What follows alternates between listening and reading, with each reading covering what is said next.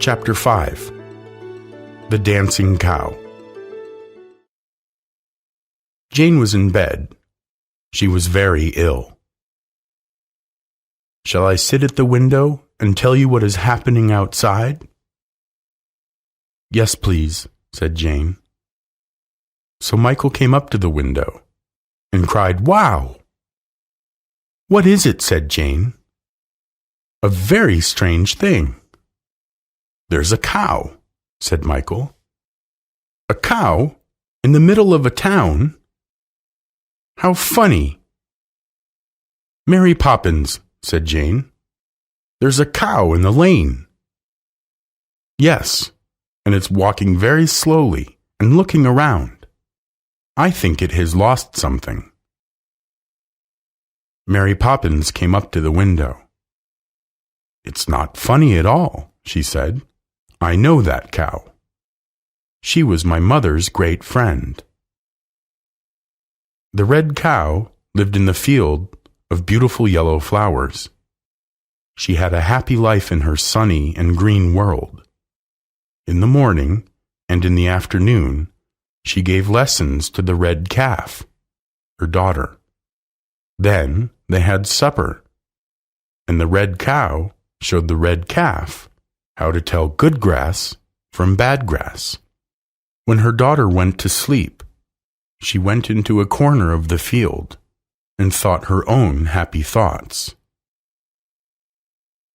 The red cow liked her life, and she didn't want any change. But one night, she came to the end of her happy days. That night, the red cow got up suddenly and began to dance. There was no music, but she danced and danced and danced. "What a strange thing," said the red cow.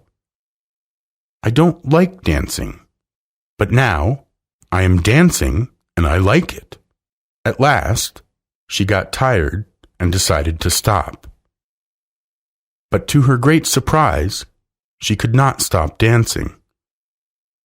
She went dancing all the night. In the morning, she couldn't have breakfast because she couldn't stop. In the afternoon and in the evening, she danced too. When the second night came, and she still could not stop, she got very worried. And at the end of a week dancing, she was very, very, very worried. "I must go and see the king," she said. She danced out of the field and went to the king. All the people and animals looked at the dancing cow with great surprise. But nobody was more surprised than the red cow herself. At last, she came to the palace where the king lived. When the palace door opened, she danced through the halls to the king's throne. The king was very busy. He was making new laws.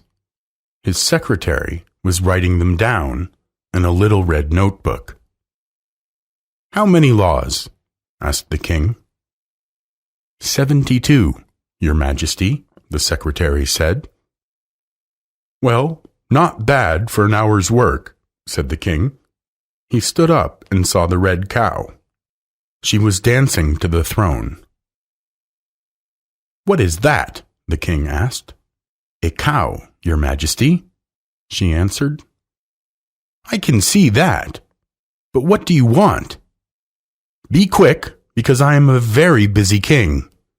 And stop dancing," the king said in an angry voice. "That's my problem, Your Majesty. I can't stop," said the red cow. The red cow tried to stop dancing, but it was no good. "I can't. It is the 7th day of dancing, and I can't eat. I can't sleep." Very strange," said the king. "What does it feel like?" "Funny," said the red cow. "It's a happy feeling, too." "Very funny," said the king, and looked at the cow very carefully. Suddenly, he jumped on his feet and cried, "Don't you see that? The cow has caught a fallen star on her horn. Now pull it off, and this lady can stop dancing and have some breakfast." But the star didn't come off. Then the king took the biggest book, but it said nothing about cows with stars on their horns, except the story of the cow who jumped over the moon. "Try that too," the king said. "Try what?" said the red cow. "Try to jump over the moon. I think it will help." "Me?" The red cow was very surprised. "I am a serious animal. Jumping is not good for a lady." "Madam," the king said, "do you want to go on dancing? Do you like to feel hungry and sleepy?" The red cow thought of the sweet yellow flowers and soft grass, and she said, "I'll try it." And they went to the garden. "Now," said the king, "1, 2, 3. That moment, the red cow jumped and flew up into the sky. She looked down. The king was growing smaller and smaller. She went higher and higher through the dark sky. The stars were dancing around her like great golden plates. Then she closed her eyes because the moonlight was very bright and cold. Suddenly, the star fell off with a great noise. Next moment, the red cow came down on the earth again.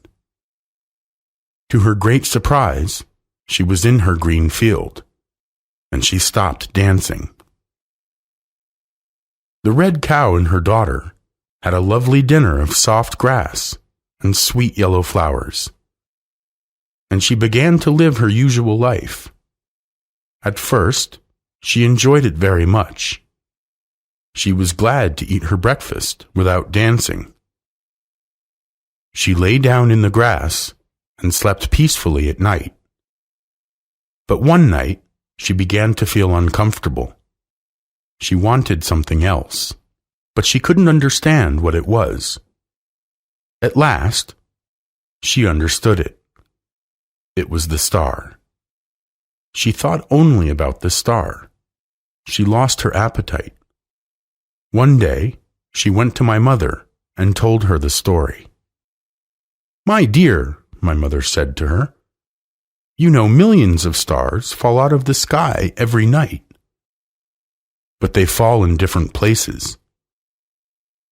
So I'll go and look for one," the red cow began, and a happy look came into her eyes. Mary Poppins paused.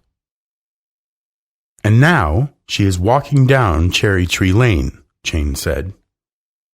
"Yes," said Michael, "she is looking for her star."